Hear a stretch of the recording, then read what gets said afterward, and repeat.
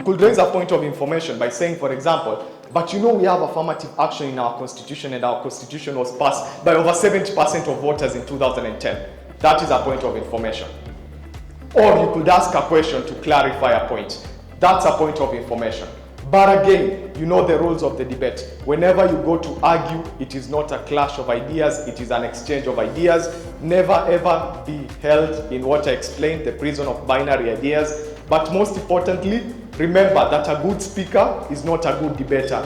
You could be a very good oratory speaker, but you don't know how to frame your arguments. So find a way to frame your arguments, either persuasively or analytically. This debate, what necessitated this debate is very simple. Why democracy tomorrow means climate action today.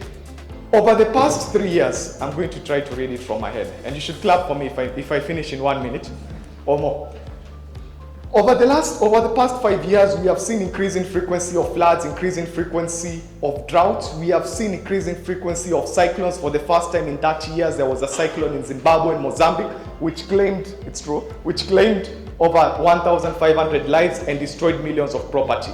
We have also seen, and most importantly, is that there has been a renewed focus on increasing climate finances, especially to grassroots communities across Africa, knowing that Africa contributes only 4% of global emissions, yet received only 2% of the global climate financing last year.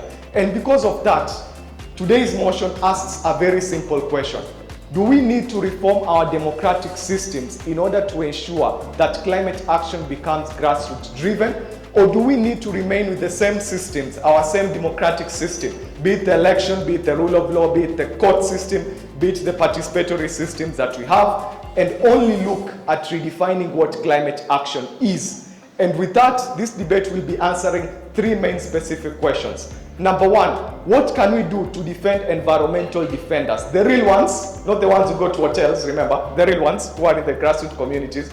How do we defend these environmental defenders in whatever system we will choose? Number 2, how are we going to ensure that we have adequate climate financing and it reaches communities and not the politicians who are seated here? Number 3, how do we ensure that climate action becomes community driven? By a very able team of Honorable Esther Chacha and Honorable Brian Ngugi. And I start by defining the motion, or laying before the House what we interpret this motion to mean. So, according to our side, we believe that the unity, stability, cohesion, and the existence of humanity in the days to come depends on the measures we take in combating climate change today. Or in simpler terms, you can see that climate action today is the precursor or predeterminant of the democratic space that we will have in the years to come. And at that, I like to say that this House, we are the African Union Commission, and we believe that actions or steps that we take today to combat climate change will determine our democratic space, will determine our freedom, our basic rights and freedom in the days to come. So just basic definition so that we are all reading from the same page. By climate we mean the average weather conditions that are recorded in a place over a period of at least 30 years. Climate change climate change means the shifts in the weather patterns that have the ability to lead to the extinction of species or disturbance of the existing species. Climate action are the initiatives aimed at addressing the causes and impacts of climate change. Carbon is the most common element that, if combined with anything else, can be harmful to the layers of the earth and can also accelerate the process of climate change. Democracy, according to us, is a system of governance where power is vested on the people who rule either directly or through freely elected representatives in a particular value system. So we are basing our democracy on a value system, and that value system is derived from a group of people. It's not the blanket terminology that we use at the global stage to define democracy, because at that level it could be imported, it could mean something else. We are defining democracy based on the African perspective, from the African perspective, and by that we mean based on the values that are shared by we, the African people. And my work as the Prime Minister will be to demonstrate to the House why climate action in the form of mitigation, adaptation, financing, policy and governance, technology and innovation, public awareness and education, and community engagement will form the basis of our democratic spaces in the years to come. Point of information. Prime Minister, do you mean democracy is only African? It cannot be universal? Thank you for that question. I will explain that as I move on. So why climate action? So that brings us to the very problem. So according to the Intergovernmental Panel on Climate Change, actually there is an increase in the global temperature, both the surface and the atmospheric temperatures, and these have really caused some of shifts in weather patterns that we can attest to. In the recent past, not only in Africa, we had the worst floods in India, Kerala province. Our whole province was affected due to a shift in the rain patterns. The same case was experienced in Kenya.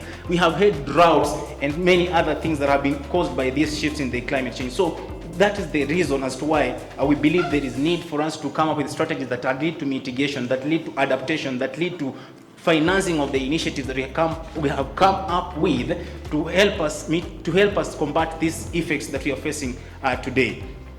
So as we move on, I'd like to give the global approach, and by this I'll bring in the global partnerships in terms of bringing the Paris Climate Accord of 2015. So at the global level, there have been partnerships among nations to try and come up with a common blueprint to address the issues that lead to climate change or that affect humanity on the face of the earth. So in 2015, we understand that the Paris Climate Agreement or Paris Climate Accord was attained, and the main reason for this was to reduce carbon emissions, that is to decarbonization, fund decarbonization, or find means of raising funds to combat the effects of climate change and get nations to commit the financial resources through the nationally determined contributions and provide their own blueprints on how they are going to deal with the effects of climate change. So until this point, it's actually a case study that Africa has adopted to some extent, because African nations are also party to this Paris Climate Agreement. And at the moment, what do we learn from these? Are there nations that have adopted the laws that reduce carbon emission, which carbon actually, carbon CO2, carbon dioxide, and many other and other methane, other greenhouse gases are the ones that are leading to the depletion of the ozone layer, leading to the rise in global temperatures. They're also leading to shifts in other weather patterns and so on. So what have we attained 9 years after becoming party to the Paris Climate Agreement? So one, nations such as Germany have come up with laws that they call exit law. The call exit law is in force today, and Germany, as a case study, aims at reducing or getting rid of coal-powered plants by the year 2038. That's something that they have adopted. Also, there is the issue of the electric vehicles. Many countries in the European Union actually are in the process of phasing out the combustible engine vehicles. So that is one way of getting rid of carbon emissions. And we understand from different sources of scientific research that actually it's the tailpipe emissions from vehicles that contribute to up to 80% of the CO2 in the atmosphere. So by replacing that with the electric vehicles, they are in the process of trying to reduce carbon emissions. Again, we have the gradual switch from wind, from the coal power or nuclear power to the renewable wind and solar power. Those are the things that those nations have adopted, and we believe that's the right step towards the global towards combating climate change. On the other hand, in Africa, there are also initiatives that have been adopted as a result of the Paris Climate Agreement. One is the Great Green Wall, that stretches from the western part of Africa, that is Senegal, to Djibouti, and that aims at restoring the indigenous tree and grass species to restore the biodiversity. It's actually what we call a form of ecological integrity, to restore the vegetation that was there, to also help in the reducing carbon, the carbon that is in the atmosphere. So it will act as a natural carbon sink, absorbing the excess carbon dioxide in the atmosphere. Also, we have as a result of the Paris Agreement, we have had in the recent past the Nairobi Declaration that came as a result of the Africa Climate Summit, and that is where we base our focus today, because we are convinced as the African Union Commission that the blueprint that is adopted by the Paris Climate Act is far beyond us. And if we have to put it in a form of analogy, it's like pushing a PP1 student to sit for KCSE. We are not yet there. So that is the comparison that we put ourselves in. For instance, South Africa and Germany came up with the called exit law at the same time. Today, Germany has implemented that to almost 30%. South Africa has not yet done. And the main reason for that is because of the financing, which my able member will also come and touch on that. The financing in the African situation is really, really difficult. For instance, the NDCs that we are committed to by 2030 is for a country like Kenya is about 56 billion US dollars. Now, Kenya can only commit or can only raise 21% of that funds. So that is really challenging for the nation and for the African Union. And so we believe that the model of funding is supposed to be African specific, and that's why we're coming up with this to raise funds for ourselves, to use our own people, grassroots support, to use our own people, our own means, knowledge that we have, including the indigenous knowledge, to combat the effects of climate change. First of all, I would like to tell my brother, and I think the government has made our work easy. They did a good work in defining what democracy is and climate actions, but they cannot even connect how climate actions and democracy are connected, how climate actions will lead to democracy. Then that means there is no way climate action and democracy are coming into conjunction in the future. And so we as the opposition, we stand to declare that in this house, today, tomorrow, and in future, climate actions does not determine tomorrow's democracy. Allow me to inform my brother that democracy only happens in a sovereign nation. In a sovereign nation, that means where there is freedom. The reason why the Western nations are imposing the laws and the international laws to Africans, that means that the African laws, the African countries, they are not still free enough to impose to come up with their own laws. That's why they are being forced to have their other people's laws. And now let me take you through. Are you disputing the sovereignty of African nations? Yes, I am disputing it, because if you are sovereign enough, you are supposed to have your own democracy. You are supposed to make your own laws. Another country should not come and make laws for you. And that is what your government is doing, agreeing with other countries to carry their laws as you go on. I'm going to take you through why we oppose that climate action today cannot lead to democracy tomorrow. Climate change is a global thing, like it's a global issue. And a global issue has international interest. And that's why we have international treaties coming up with agreements like the Paris Agreement. And due to that agreement, then that means that we need people who can work. We need expertise. We need people who can design, plan, and implement on a global scope and not a local. We don't depend on local issues, because we are dealing with something that challenges the whole globe. Secondly, when we are talking about climate action, having democracy or choosing to go the democratic way, it impairs accountability mechanism, because we may end up bringing in people who please the government but do not have the expertise that is needed to run or to strategize climate action for now and for the future. For instance, currently, the UNEP just reported this last year that according to Paris Agreement, we are supposed to limit global temperature increase to 2 degrees Celsius and bring it down to 1.5 in this century.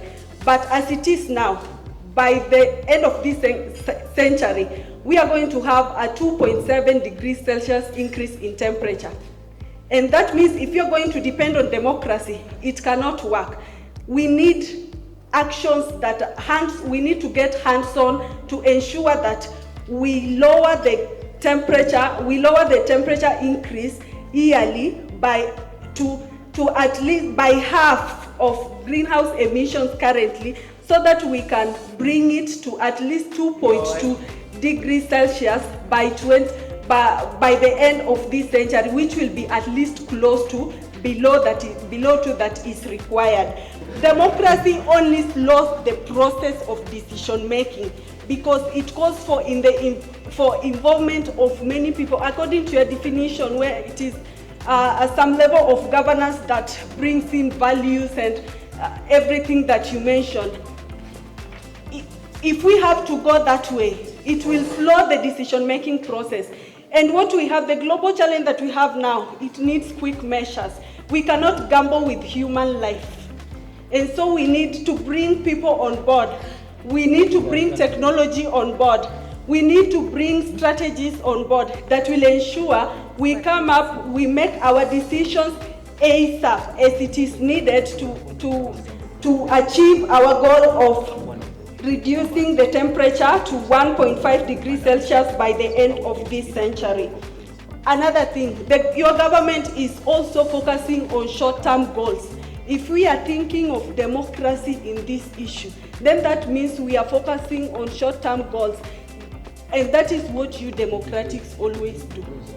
For us who oppose democracy, like climate actions leading to democracy, because we are thinking sustainability, environmental sustainability. Like currently, the World Food Program just reported that by 2050, we are expecting to be 9 billion people in this world. And that means there will be need for more food. Agriculture alone consumes 70% of all the fresh water withdrawals in the globe and 85% in Africa. Then that means we need some measures for water sustainability. And we cannot, that's something we cannot gamble with when we are still starting to talk about democratic issues on things that need brain, things that need strategies.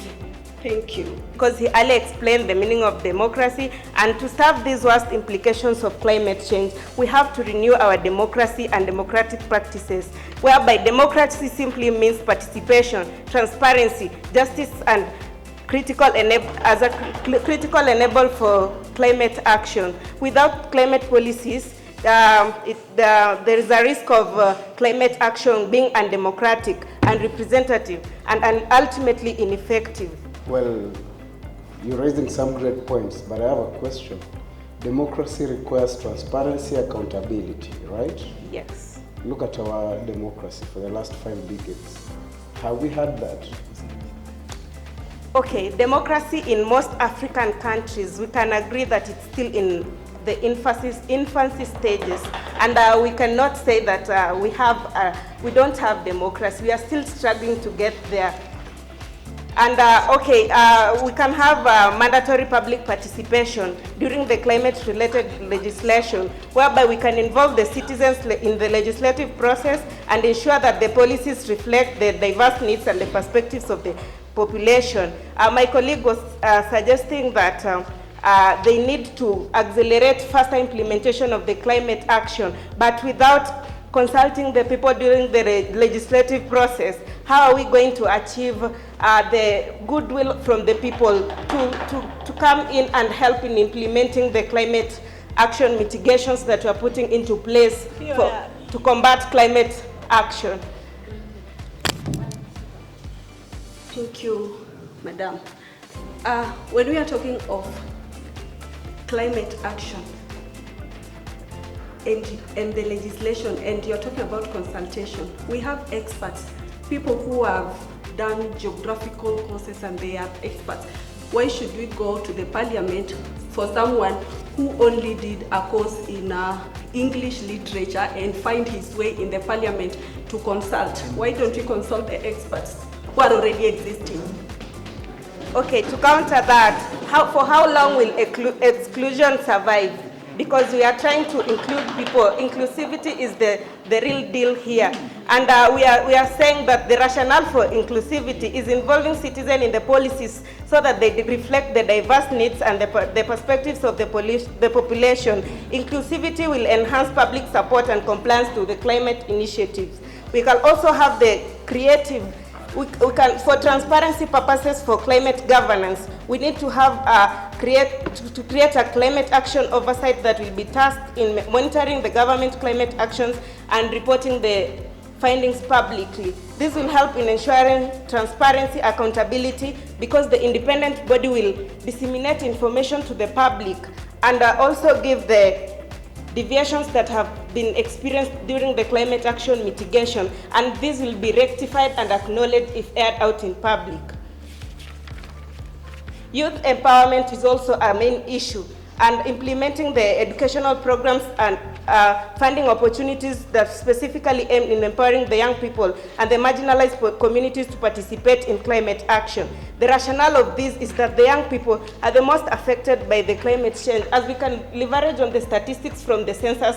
The recent census conducted in Kenya, it shows that 70% of the population is the young people, which are the youth. Now, including the youth in the climate action and offering education programs for these young people will enable the young people to understand and be part and give diverse ideas on how we can mitigate on the climate action.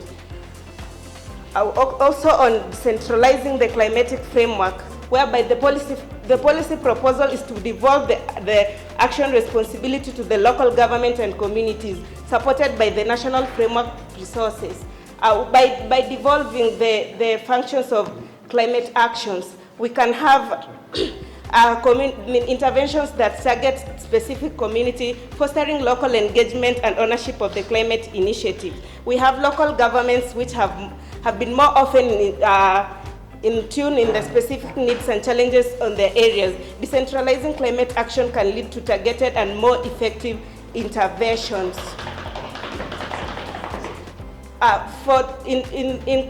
The nexus between climate action and democracy, we can also have climate action interventions that are justice centers, and this will help in integrating principles of climate justice into all climatic policies, ensuring that the burdens and the benefit of climate action are equitably distributed. Look at it from this perspective. When we have gender-responsive budgeting in the climate action, in the climate actions, we are going to address the issues that cut across all the gender, despite being male or female. And the rationale of this is that the climate change has always affected the most vulnerable people, and the policies that center on justice ensure that those who are least responsible for climate change are now the ones bearing the brunt of the impacts.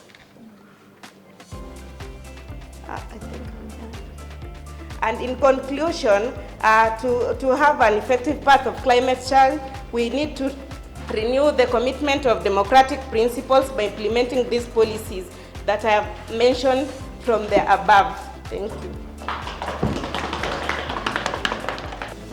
Well, I'll give us a brief history of democracy and why we are really grappling with democracy in African countries. It's because it's an ideology that we bought, and we tend to forget the past, because in our culture, in our traditions, we had a setup of the way things were done, the way power was shared amongst the people, and the way people were ruled, and who to look up to. So abolishing that and adopting democracy alone has proven quite a challenge. And today the bigger challenge we have in the House is trying to attach climate action. Since it's now that we are reaching this, climate change has been there, it's just shifted gears. We heard about global warming. In another decade, before this decade, we had global warming. Now we are pushing for climate change. What was climate change in 1950? What was it named? So, what I'm referring to is that climate change is an ideology that has been embraced, over time. And this climate change, this ideology, has a backup of facts, and that is on the severity of the occurrences that we are seeing each and every point of information. If we go back to the Kyoto Protocol that was mentioned earlier on, superpowers did not sign on the Kyoto Protocol. Why? Because it pushed for point of a information. balanced way of operating. It pushed for. The honorable member should tell us who is the proponent of the ideology climate change I thought it was a phenomenon.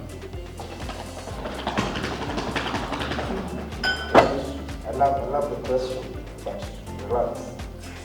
So, just coming down in line, when we look at democracy and then we look at the need for climate action. Climate action wasn't a necessity in the earlier times, the 1950s, the 1960s. It wasn't a necessity, which begs the question, why is climate action a necessity right now? It's because as humans, through our actions, we've made it more severe over the years, through our emissions, from the industrialization, coming down to this era.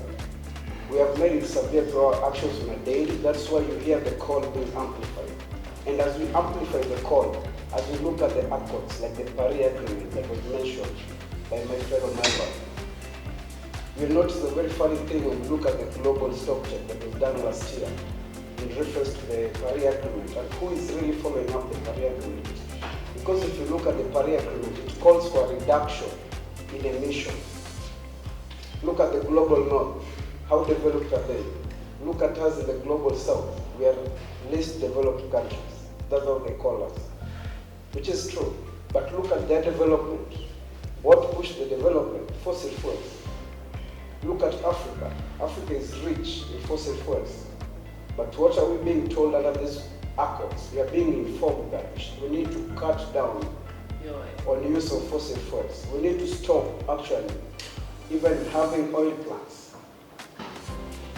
On that point, sir, Switzerland is a first world country, it has no oil. How did it become a first world country? Thank you. We're still going on. When you look at the global north, essentially, they relied on fossil fuels till date. That's why we have these minerals, we have these natural gas plants, we have this e-coke that is coming at Uganda now. You've seen protesters standing against it. The question is why? If you listen to Adesina, the president of the FDB, he said one crucial thing. The push for renewable energy in Africa does not mean that you don't harness our resources to the maximum potential. What does it mean? We need to understand that reduction of emissions is not cutting down total development dependent on sources like the natural gas, dependent on sources that Africa is really rich in. And now to go back to the debate, that was a brief history. Climate action today doesn't guarantee democracy. And this is why. Number one, when we look at that factor, it will lead to what we call technocracy. And technocracy governance is whereby complex decisions are left for experts and scientists to deliberate on and decide on behalf of the people. For example, a simple question. Do you really understand carbon markets? Do we really understand the carbon taxes and carbon trade? If we do, a simple question will be, why aren't the developed countries planting trees? Why aren't they doing all these actions that we are doing in Africa? That's the next question. So on a global scale, remember you said, what will that lead to? It will lead to a low public participation because the public is not well informed of what is expected or what is needed in these discussions when it comes to the nationally determined contributions. I'll ask the House if anyone can say a thing about the NDCs that our countries are making, are being pushed to make, are being funded to make. But without the public participation in the nationally determined contributions, who is going to partake of the action? It's the locals who are supposed to take care of the trees. Who is planting the trees? Do they share the vision? Those are some of the questions we need to ask. Another reason why democracy is challenged, because it will lead to authoritarianism. Why? Some governments will be forced to pass compliance measures despite not having accommodated the citizens' views. Where will that lead us tomorrow? If they can do that today, where will that lead us tomorrow? My next point is that this will then lead to suffering of the citizens because the communities that are dependent on climate-sensitive sectors and industries will lose their livelihoods. If we bring climate action to depend on democracy tomorrow, because climate action essentially stands by itself. It's a citizen's right and a citizen's role. So we need to affirm that, and we need to not make it a necessity of governance. It should be a right of the people. How then do we persuade the people that it's your right to conserve the environment? It's your role to protect biodiversity by partaking of actions that lead to this. It's not necessarily pegged on democracy as a whole. Thank you. On the opposition side, we have obviously had them talk about African countries are not even sovereign, so how do we have a talk about democracy? And we've also had them talk about that democracy slows down decision making when it comes to climate, and climate necessitates faster action. When you are defining democracy, we based it on the people's values, and we framed it from the African Union perspective. So it's not basically based on the political system. We are trying everything we can to eliminate the political aspect which comes with the elections and so on and so forth. What we are bringing in, and what the Honorable Deputy Prime Minister mentioned, is that participatory approach, and more so from the grassroots support. So it's not about the democracy that has been sold to us, that issue of elected people and so on. It's the process of letting people have their say, letting people have their way, and bringing in their input in whatever decision is made to the aspects of climate action. So that's our take, and it's mainly framed from the African Union perspective. Thank you. The best form of governance to secure climate action is democracy. And in this case, deliberative democracy, participatory democracy, one that caters for several tenets, majorly free press, or freedom of the press, where awareness is enshrined to the public and to the globe at large. And then there's judicial independence. I think we need to reiterate this, that democracy is the only form of governance. Even technocrats and bureaucracies often find themselves in trouble when judicial processes are being interrogated. There was a question on the economy, and it is only through democracy that climate action will be able to realize green jobs in a more equitable and representative way. I would want to go back, lastly, I would want to go back to the issue of us buying ideas, and treaties and frameworks, climate adaptation frameworks and policies. The Africa Climate Summit was a way, or rather an avenue, for African countries in their democratic and participatory sense come back to the local, at the local level, to try and chart a way forward in a way that is more representative and can even raise climate financing. Thank you. I want also, I'm not disputing anybody's academia. It's only that according to definitions, they can show the level of somebody's intellectual rationality. Existing species, Mr. Prime Minister, you cannot talk existing species. That were the same people advocating for GMOs. As far as the MCO is concerned, GMO is not an indigenous species. During the Industrial Revolution, Drosophila melanogaster changed to warped Drosophila melanogaster, courtesy of democracy.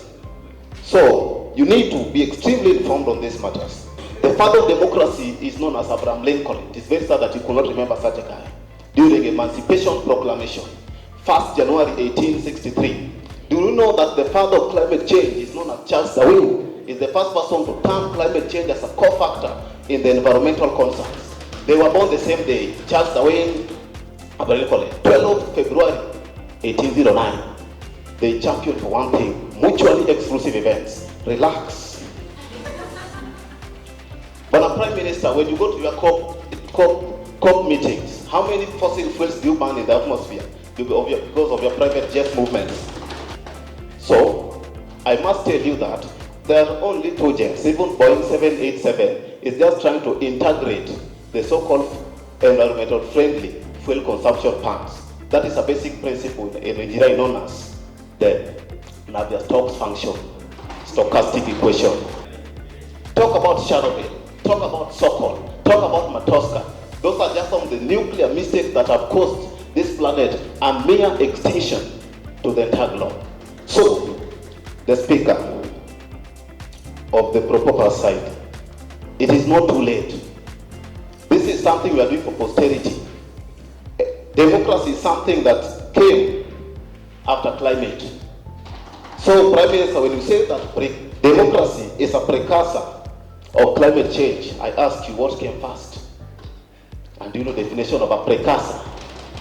So up to that time, I want to admit that there are narratives that must be expressed, and this is a time for us to expose what is lost and reveal that which still remains, that we must preserve and celebrate to ensure that human and nature thrive. In conclusion, the team, you called me and put me in this place to advocate for your rights, for your future of your kids, so that at one point when we are all done and said, 1,000 years, a millennia or a century, climate may never be a threat to your lives. And that's why I will stand here and defend you against the government that is only apologizing for the destruction of your future. Go across this side, Madam Prime Minister.